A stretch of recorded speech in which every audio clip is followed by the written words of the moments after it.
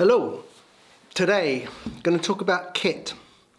That's the third part of the equation really. So we've got our knowledge, we're building up, we're going to start studying our advanced and basic photography and start learning our technical.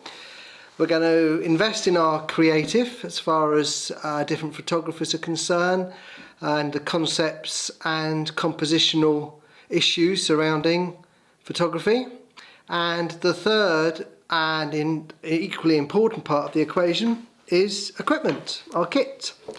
I've got quite a lot of kit.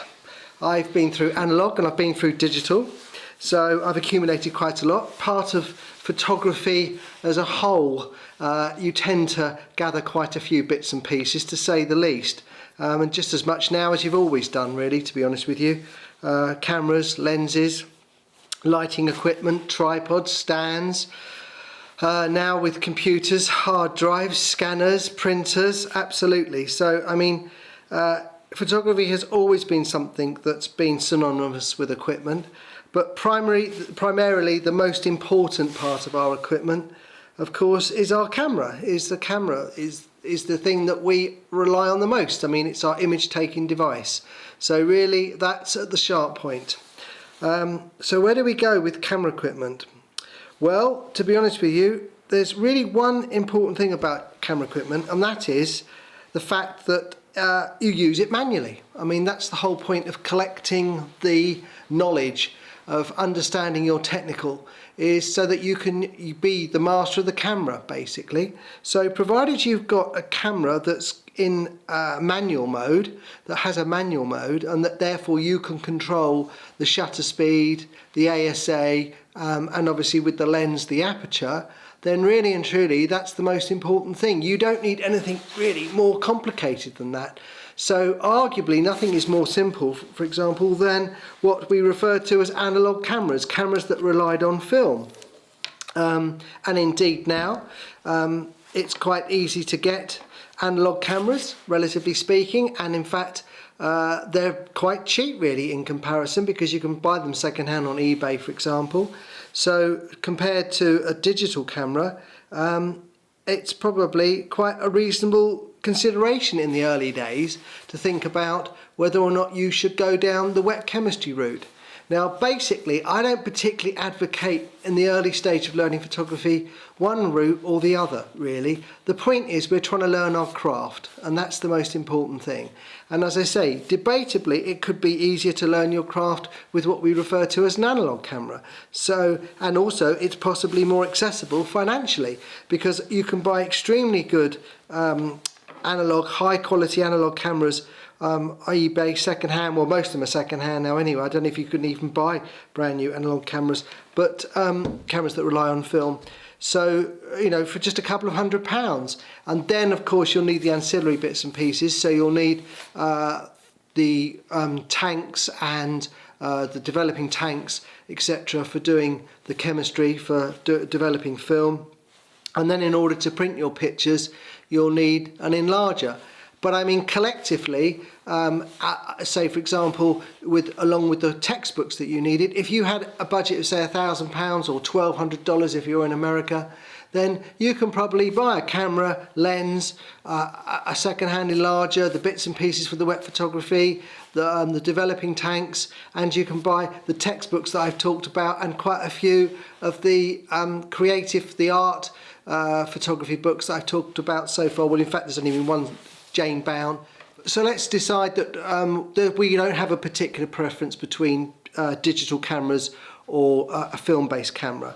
The most important thing, if you go down the digital camera route, is that you can use it in manual, to be perfectly, is that you've got a manual setting on it. There's a big argument to say that the most important part of a camera is the lens. So my experience was, and with my colleagues and my contemporaries at that time, was that we basically bought into the most professional camera, the most professional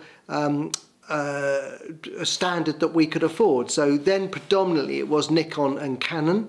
Sony hadn't come onto the scene as far as a stills camera was concerned.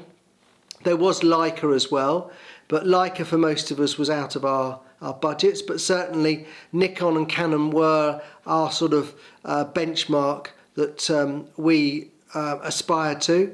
There were a few other makes around the periphery, Pentax and Olympus, but again, the most important thing, as I say, was that these were manual cameras and that really the money was spent on the lenses. So in actual fact, if you changed the body, for example, of course your lenses, could moved on to the next camera body with you.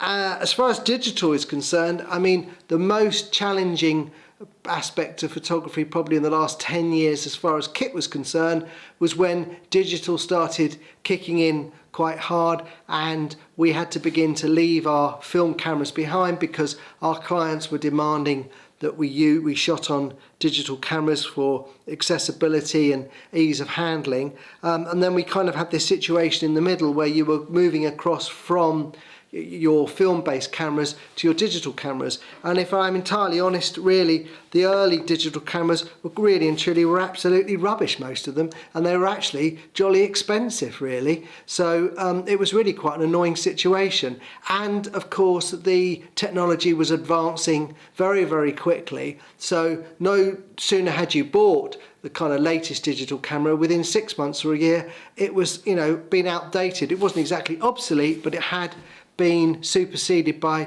another model that would offer much higher resolution, for example, and really, of course, it was a combination of the resolution and a combination and with the light sensitivity.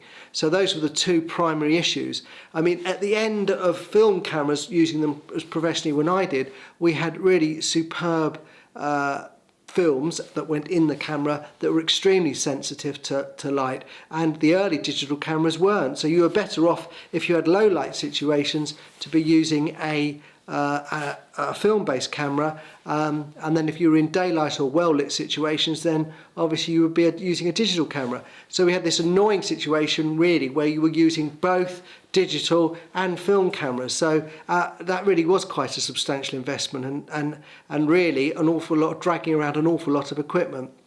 Latterly now, the last few years, yes, the advancement in digital cameras, digital technology, digital capture has been immense, and absolutely the high-end digital cameras are absolutely superb. They are brilliant in low light situations, and the file size, as far as the image is concerned, I mean, is absolutely fantastic. It's just as much as you could possibly want. And so to a certain extent, I would absolutely say the last couple of years, there has been a levelling out as far as the need to keep on updating and replacing. It's definitely slowing down now. I mean, as I say, when digital cameras first kicked in, it was almost annually you were having to change your cameras, opposed to back in the day when we had film cameras. Really, it was when the camera really just wore out and just became absolutely exhausted, really, and it was just broken or just worn to pieces. So they went on for years and years and years. So now, absolutely, as far as buying digital cameras concerned, then generally speaking, they are, they do last a lot longer, so it is a much more sound investment. But having said that, it is a pretty substantial investment. So if you are really thinking, photography as a profession, and you're inclined to go in at the sort of higher end so that there's some longevity in the camera and you can use it professionally, I mean, absolutely, you are probably talking about investing several £1,000s into a camera. So therefore, if you're at the early stage of learning photography, there's a very good argument to say, well, why not learn the craft, learn the trade, because it's the same principles and it's a chicken and egg situation. I mean, film cameras came first and then digital cameras followed on. All the references on digital cameras are refer back to standards and ideas and technical implementations that happened with film cameras. So potentially, yes, I mean, you could start off more cost effectively, debatably, well, relatively undebatably, with a film camera, and work with that to learn your craft, absolutely, and then think about getting into the digital market further down the line. And if you invest in any one particular part of the digital camera or your analog camera, your film camera, then invest in your lenses. And the same with your digital camera. I mean, if you're going to spend money, spend it on your lenses, because the lenses will move from camera to camera. It's the camera that you're going to sell or replace in time. So that's really my comments as far as kit is concerned. I don't sit in one particular camp at the early stage of learning photography, digital or film cameras. Think seriously about the lenses.